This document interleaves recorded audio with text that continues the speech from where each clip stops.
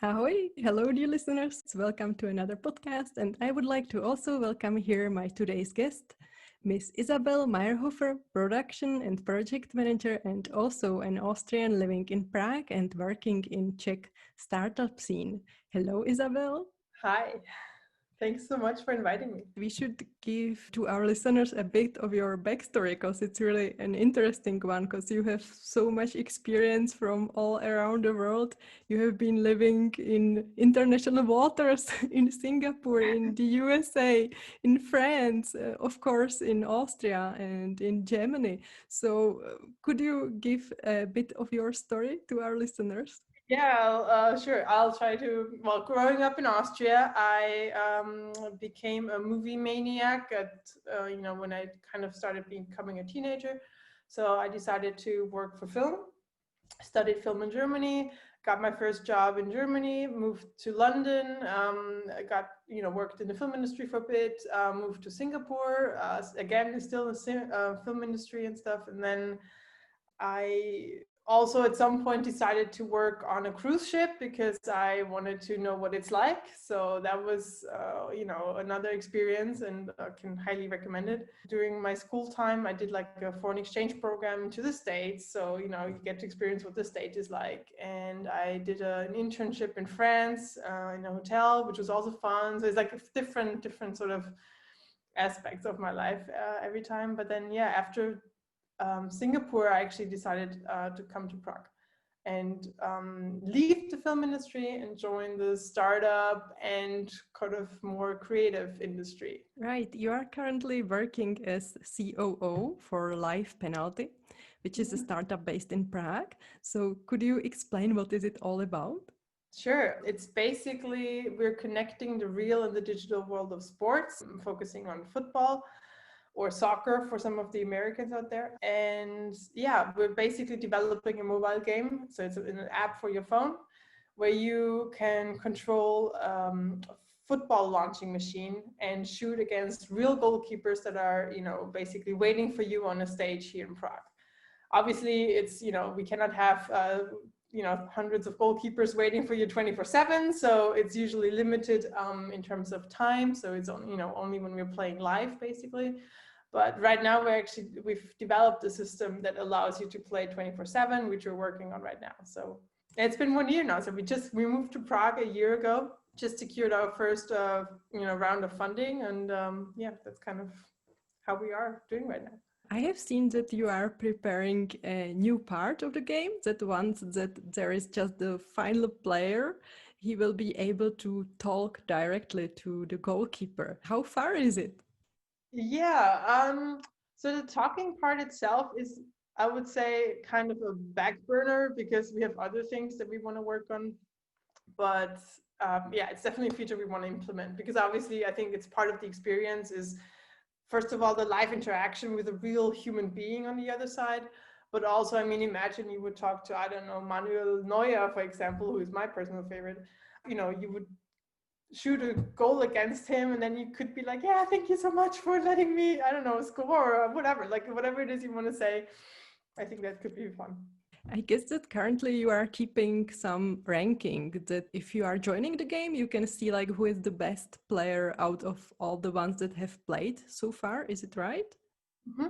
Usually as a gamer, you always want to be the best in the game, and the way to represent this is by having a leaderboard. So that's what we're doing. We're doing leaderboard for gamers, but also like on a game basis, on a monthly basis, on a season basis, but also we're tracking even the goalkeepers. So, it works for both ways. Even the goalkeepers who have, we're tracking like how many goals they scored or actually saved, how many balls they saved, their statistics and their speed and which direction they went. So hopefully even for them, it can be some sort of tool so they can, kind of improve and learn from their experience. Do you happen to know from which countries are coming the top players at the time?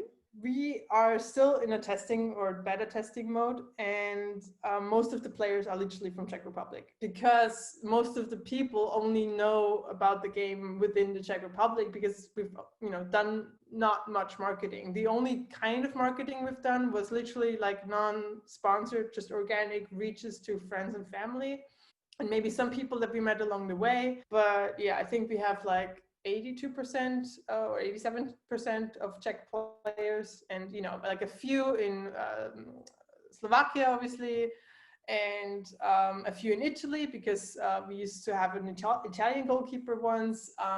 We have a few Bulgarians, actually, so shout out to the Bulgarians too.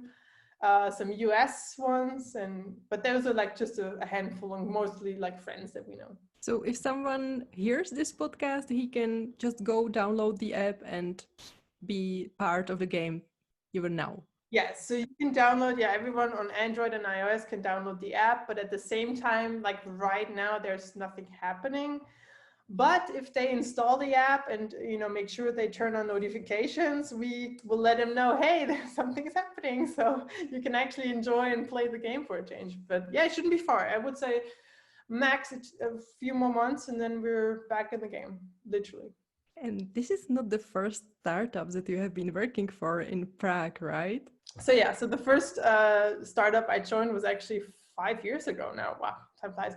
I just finished my, kind of film background, and I was like, no, let's try something else. And I got introduced to these creative artists who did motor or like car related artwork, which is kind of recreating scenes. It's a very niche market, just upfront. It's recreating like famous racing scenes from the car racing industry. They are recreating it like on the computer with using 3D and everything, and Photoshop and stuff, and then print them on like large scale prints. And those prints can go up to like 5-6 meters even. And so it's this kind of almost film industry work, because it has a lot of sort of CGI included, but it's only focused on one frame image, rather than a moving. Yeah, that was the idea. And yeah, we did that for quite some time. And it's, again, like Czech creatives, I did the same thing. I helped them with the organization of everything, and we traveled the world with it. I mean, we had exhibitions in USA, in Germany, in Italy, in China. We went to Shanghai. Like, it was all over the place. It was pretty cool.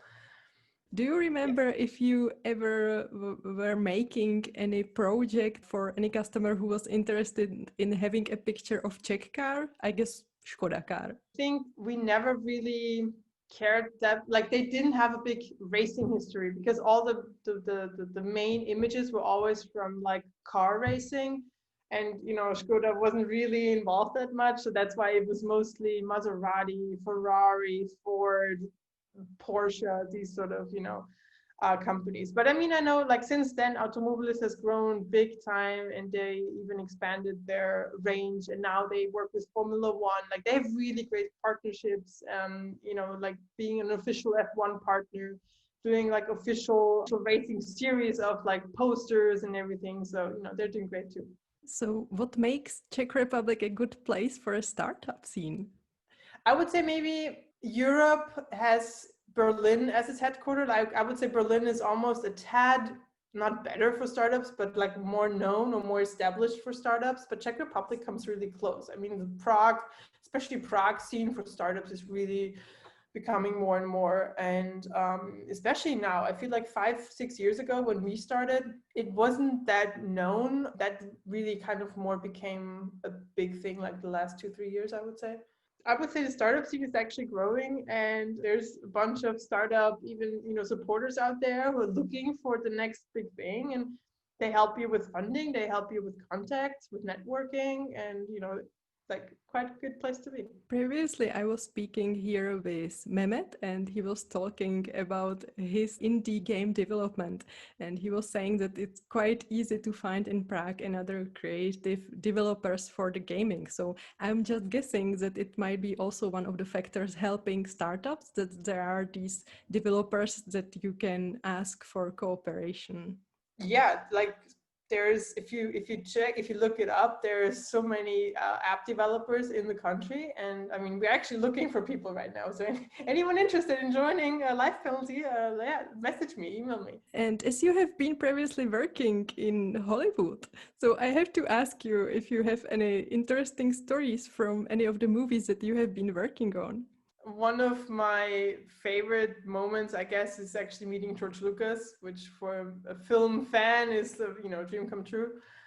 And obviously, like, getting to know people from which are famous, and you're like, wow, but do you realize they're actually regular people? I mean, I remember meeting David Heyman, the producer of all the Harry Potter films, and I was standing in the kitchen with him, just having tea and talking about yoga. I mean, he was such a down-to-earth guy, even though he's like the 5th richest, I think, in Britain.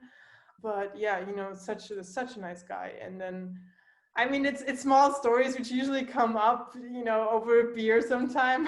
And I think we could like almost talk an hour about just that. But yeah, that's like one of my favorites, I would say. I have seen that you have been working in production. I hope it's in production for the movie The Edge of Tomorrow, which I really enjoyed. So can you tell me a bit about your work that you have done on this movie? Sure. So Edge of Tomorrow was actually quite funny, because when I started on it, the director wasn't clear yet about the whole structure of the film. So he was still very vague. And as you know the story now, it is a lot of like, you're seeing it over and over and over again. So we really didn't know what the story was for a really long time. And all the parts we saw, it all just seemed so stupid. And it was just like, I think the most hated movie in the studio. Like, people literally didn't want to work on that film. But then when it came to the film and family and crew screening, we all went to the cinema and we watched it together, and we all were like so surprised how good it was, because just like first of all, the effects and everything, it was great. I mean, that's what we worked on. So I worked on the VFX side. So for this one, I remember this scene, we had the animations director in, and it was about basically discussing those sort of aliens and how they move. And if you remember the look, yeah, they look very strange. Like, they really look different than some of the other aliens we've seen in other movies.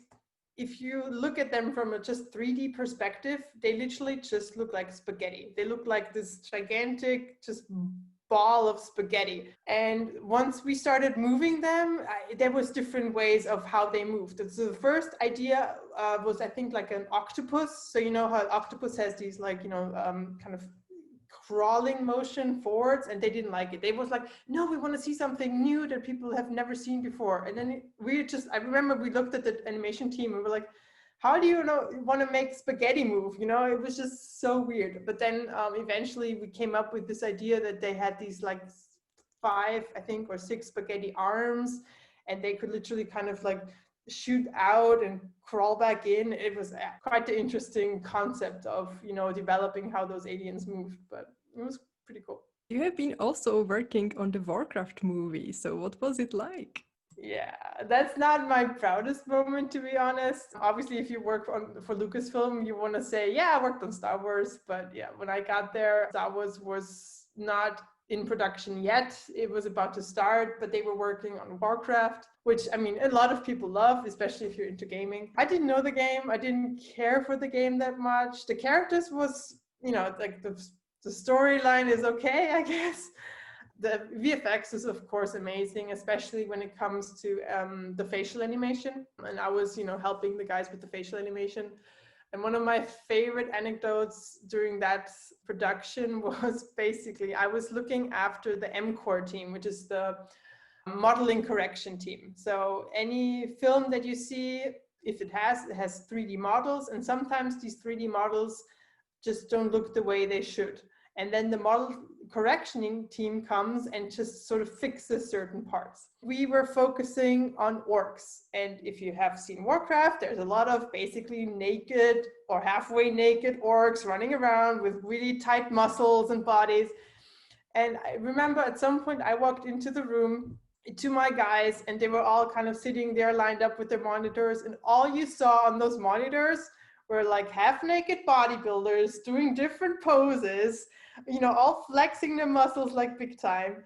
It was really, really weird, but it was so funny. I mean, we had a blast, and it was funny. The guys actually were really like, they never seen so many naked body and muscle, videos in their lives before. So it was a very interesting experience for all of us, I think. You have been also working on one of the movies which are part of the Marvel world. So what about this one? Yeah, actually, I used to work on Iron Man 3 back in the day. I actually think I can top the last story because we had this scene, if you remember the film, Iron Man sits on his couch in the living room, so in his suit, right? So you see Iron Man basically sitting on his couch, kind of having his leg somewhat over the other one and kind of very chill, very manly pose, basically.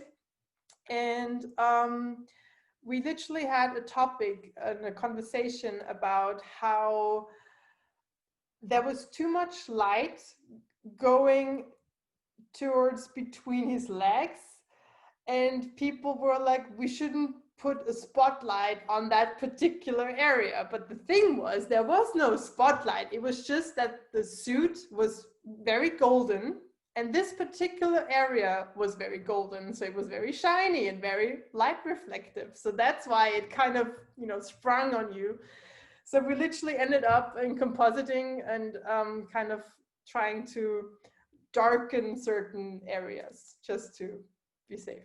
And trust me, that's not the only time we do these sort of cleanups and making sure, people don't see what they shouldn't see, or making it more child friendly.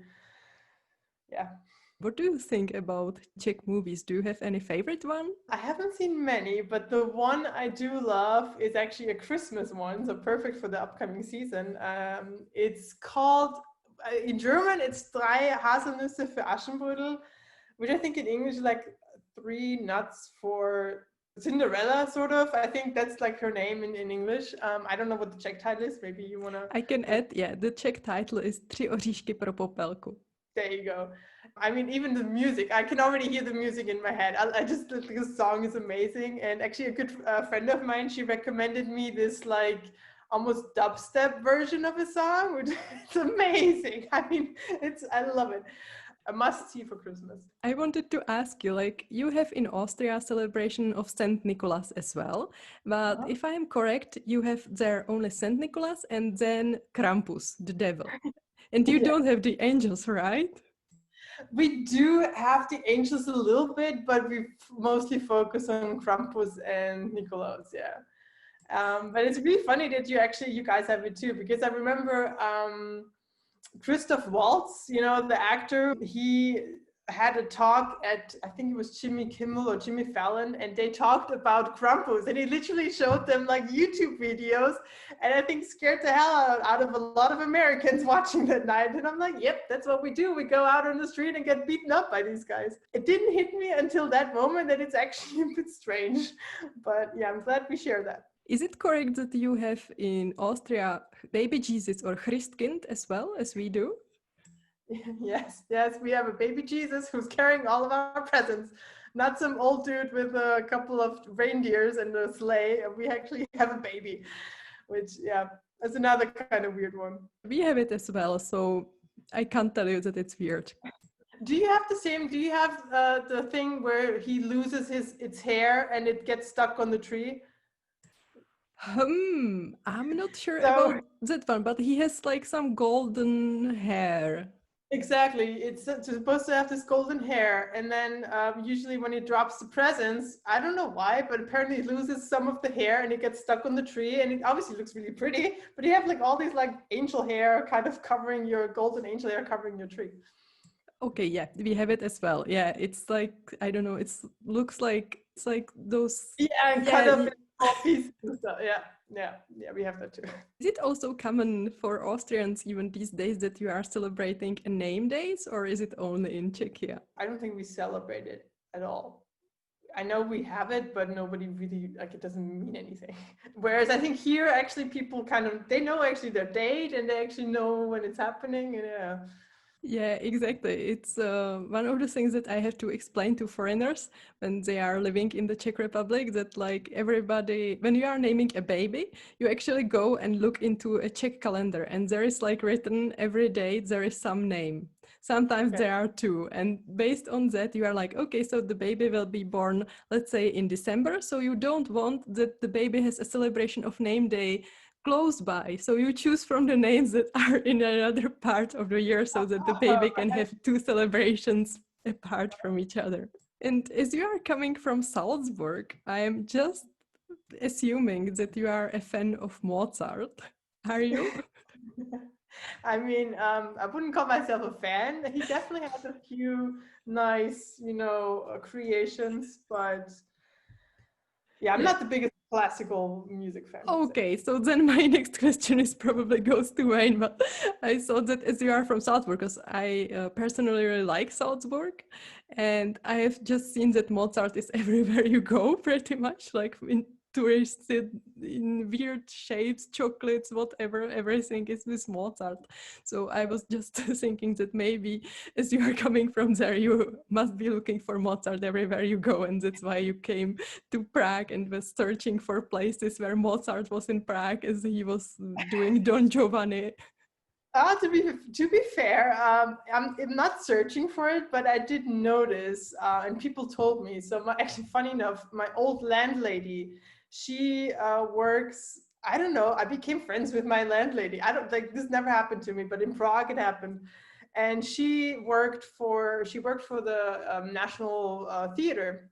Was crazy about theater and classical music, so she knew everything about Mozart, and she actually showed me around at some point, and was like, yeah, listen, this is where Mozart, created this, and this is where Mozart created that. And I was like, okay. But I feel like Salzburg is slowly losing its Mozart touch and is becoming more a Red Bull city, actually. So wherever you go, there's, yes, Mozart, but even more Red Bull. So it's like Red Bull there. And I'm just waiting for them to rename the city to like Red Bull City. I believe that it's now the richest man in Austria is the owner of Red Bull, right? Yeah, he's been the richest for a while now. Yeah. Now I have to ask you about one particular TV series that is quite popular in the Czech Republic, and I would May like, I guess? May I? please guess. Commissar Rex. Correct. I love Commissar Rex. I grew up with it. I even named my dog after Commissar Rex. And when I found out that you guys had it, I was crazy. It was so good. Is it as popular in Austria as it is in the Czech Republic? Yes. And if you are a fan of Christoph Waltz as an actor, he actually plays in Commissar Rex a bad guy, a pedophile. Nicest pedophile you'll ever see on TV. I think he was born to be a bad guy because, again, he plays this like really nice bad guy. It's amazing. So which is your favorite spot in Prague? I really like the parks. I mean, Rick Rovisadi is, one of the classics. It has this beautiful view. Letna is nice with the nice beer garden. Obviously, right now it's so hard to pick anything with everything sort of closed. You cannot go anywhere to fully experience it. Vinorati is super nice as a neighborhood. But now we work in Karlin, which is seems like this kind of up and coming modern city, which is like all the buildings are super modern and they're building like crazy. Holishevice is apparently even outside of Prague named as one of the best neighborhoods in all of Europe. Yeah, I think there's like even Shishkov. I don't know. There's a few nice places all over the town. So it's really hard to pick one. I must say that you have quite nice Czech pronunciation. Just Well, I'm surrounded by Czechs on a daily basis, so something has to rub off. But if you ask me about Czech words or like Czech language, I mostly know the cursing stuff. So that's as far as I go, and I don't want to do that on the podcast. So. what do you find like the most difficult part of learning Czech? Is it the R sound? Yes, I was just gonna say the one I can't pronounce. I also came to realize that we have quite a few words coming from German language that kind of just happened to be part of the Czech language. I guess we were using them in the Austrian or Austrian-Hungarian times, and they just kind of stayed in there. Yeah, it's funny. Like sometimes when I notice the same words like povedl, I'm never sure, is povedl a Czech word that we took, or is it a weird German word that you guys took? Because it doesn't sound very German. So it's like hard to say. Yeah, and I believe that there are only few words that you actually took from the Czech language to yours, but still there are some, and they are mostly connected to food. So maybe povedl can be one of them. Buchteln, I'm sure, is one of them. And I believe that another one is koláče. You are using some similar... Yeah, pretty much similar, yeah. And this is actually only Austrian, like Germans don't use it. So they don't even understand it. They don't even know the word. And same with Buchteln and same with povedl. So it's all Austrian and not German. So yeah. Yeah, and the same one goes with palačinken or palačinky in Czech, but Germans are saying Pfannkuchen. So yeah, that's true. Yeah, we call it palačinken. Yeah, that's true. Yeah. I remember just the time that I went to Vienna as a tourist, and I felt kind of like at home because there were like all those signs that I knew, like, oh, they have palačinken, oh, they have Buchteln Koláčen. So yeah. Same with like the knödler, right? It's knödler, you say, and we say knödel, and yeah, there's a few. I'm guessing that you even have the fruit dumplings the same as we do, right? Yes, and we fill it with everything. I think strawberry, marille. Do you say marille, right? Proper one is probably meruňky. Yeah, apricot in English. Strawberry povedla again, like the plum one. Maybe to explain what povedla is, it's a plum jam basically, or like a really thick plum jam thing. One of my favorite things that you guys have too, burčak. Burčak, the wine, like wine, yes. Sort of. The basically, when the grape juice turns into wine, right between this. I love it. We call it Sturm, which is storm in English. I don't know why, but we call it Sturm, and it's the best. I love it so much. And the mule wine, what's the Czech word for the mule wine? Yes, that's another one. We call it Glühwein. Which is literally glowing wine because it's hot, I guess. So what's actually your favorite Czech food? Well, it's not necessarily a food, but kofola is pretty nice. I like the taste of kofola. I've tried some of the Czech sweets, which I do like the typical waffle things. So those are pretty nice. But there, we have the Mannerschnitten in Austria, which is similar. Yeah, I don't know if it's Czech because we have it the same in Austria, but you do the fried mushroom or the fried cauliflower with the tartar sauce and the potatoes. So I would say that's one of my favorites. And do you prefer Czech beer or Czech wine? I would say Czech beer. I mean, Austria is probably a bit more known for the wine than their beer. And then the only other best reference I have is German beer, which is also quite nice. But yeah, I would say, Czechs are unbeatable with the beer, especially on that price level too. I mean, the best story to tell people is always like, yeah, beer is cheaper than water. So, just come. Okay, great. So thank you so much for finding your time to be a guest on this podcast. And I hope that you will enjoy a lot of Czech food while you are living in Prague. Yes, of course. I mean, it feels like home anyway. So yeah.